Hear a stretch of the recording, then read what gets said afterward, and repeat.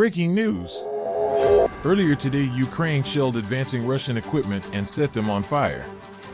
It is being reported by Ukraine that a Russian army unit was trying to advance more into Ukraine in the direction of Crimea with tanks and infantry.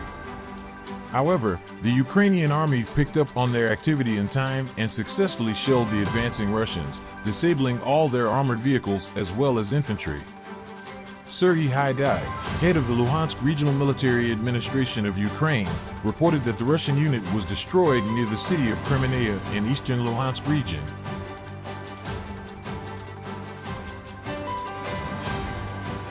On the screen you can see the drone footage taken by the Ukrainian army assessing the aftermath of the shelling. Fire and smoke can be seen rising from the forest floor.